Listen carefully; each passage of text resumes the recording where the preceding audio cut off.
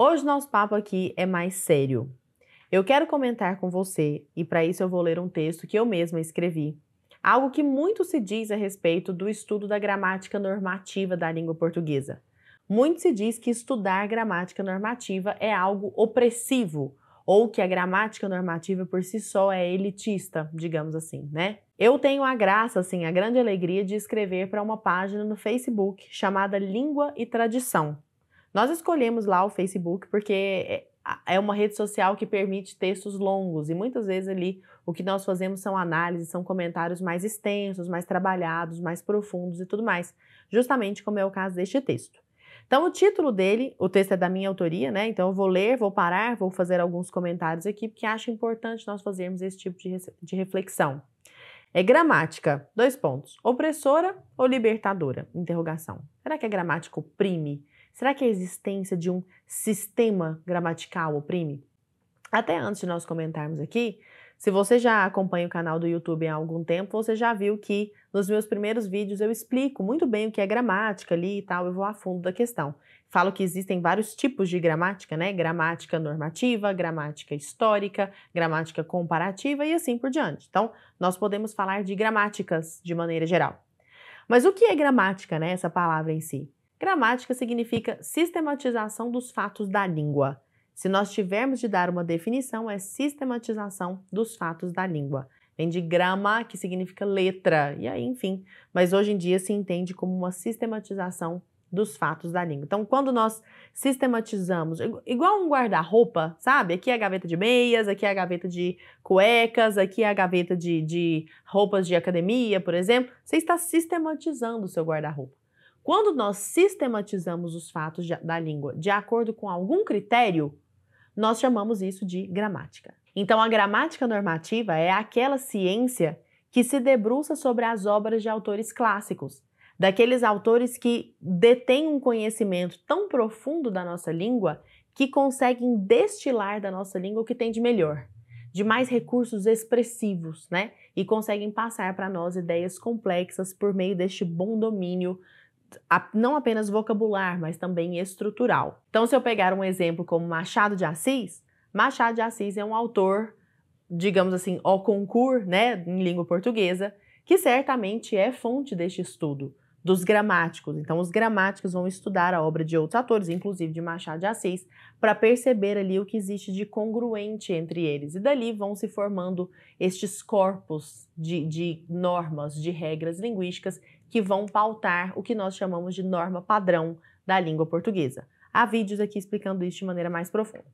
Então vamos lá, agora feito este preâmbulo, né? Um dos muitos argumentos contra o ensino formal da gramática normativa é que ela seria elitista, um meio de opressão e domínio. Surrealmente, o argumento sem pé nem cabeça encontra quem o reverbere. Isso é um argumento muito comum que a gente ouve inclusive dentro das universidades. A gramática é elitista. Estudar gramática é um ato de opressão. A gramática é usada como uma ferramenta de opressão, de dominante versus dominado, sabe aquela coisa bem assim dicotômica, né? Nós sabemos que o mundo é muito mais complexo que isso, mas isso costuma ser um argumento muito comum. Sabemos que o Brasil vive um caso crônico de analfabetismo funcional. Alguns dados aqui muito chocantes. Os últimos dados do INAF, que é o Indicador de Alfabetismo Funcional, levantados pelo Instituto Paulo Montenegro, evidenciam que 8% da população é analfabeta, totalmente, e 22% estão em nível rudimentar de alfabetização. Tá, mas o que significa? Isso significa que 30% da população, ou seja, 22% do rudimentar mais 8% do analfabeto, não consegue fazer análise simples sobre situações não familiares e cotidianas. As pessoas não saiu da pequena esfera do cotidiano ali, elas já não conseguem fazer análises a respeito de praticamente nada. Realidades como inflação, taxas bancárias, empréstimos públicos fraudulentos, notícias falsas veiculadas nas redes sociais ou golpes aplicados por telefone lhes são de dificílima compreensão. Então, se a coisa foge um pouquinho da alçada da vida cotidiana dessas pessoas, e nós estamos falando de 30% da população brasileira, é muita gente, essas pessoas simplesmente não sabem fazer uma análise a respeito delas. Porque, de fato, a percepção de mundo delas encontra essa limitação, né? Isso é o analfabetismo funcional. O número também é assustador dentro das universidades. Olha como o buraco é mais embaixo. Apenas 34% dos estudantes são proficientes no que diz respeito ao domínio da linguagem verbal e numérica. Ou seja, 66%, não estou falando da população, estou falando de quem está dentro das universidades, 66% não a dominam plenamente. Ou seja, não dominam a linguagem verbal e a linguagem numérica. Vale dizer, ser proficiente nada mais é do que elaborar textos relativamente complexos, mensagem, descrição, exposição ou argumentação, isso de acordo com o próprio INAF. Interpretar tabelas e gráficos envolvendo mais de duas variáveis, compreendendo a representação de informação quantitativa, como intervalo, escala, sistema de medidas, e reconhecer efeitos de sentido, como ênfases, distorções, tendências, projeções, etc. Por que eu acho importante fazer esse comentário? Quando a gente fala que só 34% dos universitários brasileiros detêm um nível de proficiência no que diz respeito à linguagem, eu não estou falando que 34% dos universitários são gênios, entendeu? Não é isso que eu estou falando. Estou falando que 34% dos universitários detêm um conhecimento que deveria ser o básico, para que as pessoas transitem no mundo de maneira geral sem ficar caindo em um monte de cilada, para que elas sejam capazes de se defender, de explicar seus pontos de vista, de não ser reféns dos próprios pensamentos. Quantas pessoas não se veem presas dentro dos próprios pensamentos, dentro da própria cabeça? A pessoa quer articular alguma coisa, ela não consegue a estrutura verbal para isso, a estrutura sintática para isso, ou mesmo as palavras suficientes, né, o vocabulário para isso. Então nós estamos falando que dentro da universidade, 66% não estão nesse nível que seria razoável, digamos assim. Só 34% estão nesse nível de razoabilidade, que é o chamado nível de proficiência, né? É muito pouca gente, é muito pouca gente. A proficiência, 34% só que estão nela, né? A proficiência implica ainda conseguir fazer inferências contextuais, ou seja, tirar conclusões lógicas a partir da leitura de um texto, por exemplo. É isso. Lê um texto, você consegue inferir alguma coisa. Ah, não, então eu posso concluir que E aí eu tiro uma conclusão que não seja tirada, sabe, de qualquer lugar, que não seja minha própria inteligência lógica. Então, fazer inferências está lá no nível de proficiência. E só 34% dos universitários estão neste nível. Imagina o resto do Brasil, né? Em outras palavras, proficiência não é genialidade. Esse nível, o maior de todos os medidos pelo INAF, que é a proficiência, apenas garante à pessoa os conhecimentos mínimos para transitar no mundo sem ser vítima das circunstâncias. Tais números quantificam a mais cruel das realidades. Vivemos num país em que as pessoas padecem dentro da pior das prisões, a própria cabeça. Então, quer dizer, a maior parte da população brasileira não detém esse nível de proficiência, que é aquele a partir do qual a pessoa de fato é livre, né? Para entender e para expressar aquilo que está dentro da sua cabeça, para compreender o mundo e expressar o que está na sua cabeça. Quando dizemos que o analfabeto funcional tem dificuldade com a linguagem verbal, isso não significa apenas os percalços para redigir uma prova de concurso, mas para executar o mais humano dos atos, pensar. Olha que coisa interessante. Em grego, o vocábulo palavra era logos, o mesmo usado para pensamento, razão, raciocínio. Então veja, a palavra em grego logos já incorporava todas essas definições. Pensamento, razão, palavra. Mas como assim? Razão e palavra são coisas tão diferentes? É porque elas não são tão diferentes. Nós pensamos por meio da palavra, entende? E aí continuo. Não à toa. Pensamentos organizados se constroem quando o indivíduo tem bom domínio da palavra. Sabe articular as frases, escolher os vocábulos mais precisos, criar relações lógicas e desconfiar das ilógicas. Não existe raciocínio limpo e complexo quando não se conhecem os meios de obtê-lo. Então veja, quando a gente fala que a população brasileira tem dificuldade com a linguagem, não é que ela iria se dar mal no vestibular, sabe? Não é uma coisa assim, é muito mais do que isso. É que ela tem dificuldade de transitar no cotidiano, nas situações do cotidiano. E muitas vezes acaba sendo vítima das circunstâncias. É isso que eu estou falando de uma pessoa que não detém pleno domínio das palavras. Olha como as palavras libertam, né? Continuando. Ao estudar orações adverbiais, por exemplo, falamos tanto delas, né, aqui sempre no canal, Por exemplo, desperta-se a consciência das relações de concessão. O que é uma relação de concessão? Condição, proporção, conformidade, fim, causa, consequência, tempo e comparação. Tudo isso são ideias, né? Nós vamos aprender como articular essas ideias por meio de palavras. Que palavras articulam essas ideias? E quando eu conheço essas palavras, eu começo a perceber que essas relações ideológicas existem. Muitas vezes elas nem me eram conhecidas porque eu não detinha os mecanismos básicos de palavras para expressar essas relações. Aprende-se que as relações semânticas entre ideias podem ir muito além do que permitem as conjunções básicas porque, e mas. A maior parte da população fica no porquê, e mas. Ou seja, esses raciocínios simplesinhos, né? Porquê explicitando uma causa ou uma explicação, o e uma adição e o mas uma oposição, as quais tanto recheiam os pensamentos pouco complexos e vigorosos. Ao estudar pontuação, aprende-se a expressar as ideias com organização e estratégia. Pontuação não é só assim onde eu vou respirar no meio da frase, não. É qual é a melhor maneira de eu organizar meu raciocínio num texto escrito e comunicar meu pensamento aos demais. Pontuação é isso, é estratégia de organização do texto. Uma pessoa que tem dificuldade com pontuação, não é só que ela vai se dar mal no vestibular ou no concurso, é muito mais que isso. É que ela vai ter dificuldade para transmitir o pensamento dela por meio da escrita. Olha que grave. E mais, né, para entender o pensamento dos outros por meio da escrita também. Ao estudar pronomes relativos e orações adjetivas, aprende-se a articular as qualidades de um ser no contexto em que ele se insere. E aqui a explicação seria muito longa, mas enfim, as orações adjetivas são bastante úteis no que diz respeito a essa articulação das qualidades do ser. Evidentemente, um leitor ávido, não, Lara, mas eu leio muito, não preciso estudar gramática.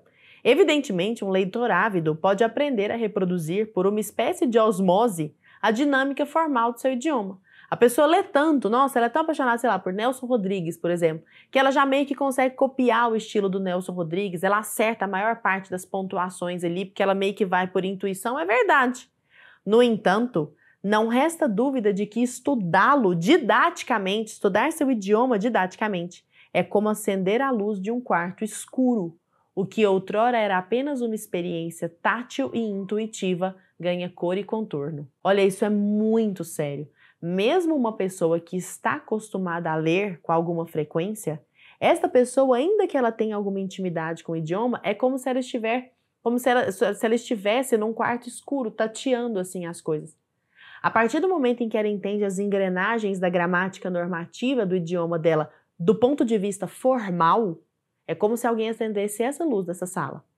E aí ela consegue não apenas divisar as formas, que ela pega intuitivamente, de forma tátil ali, mas ela consegue perceber os contornos, onde acaba, que forma tem, como que é, qual é a cor, qual a diferença daquele tom para este tom. Ah, é branco, mas aquele branco é diferente daquele, que é diferente daquele, por exemplo.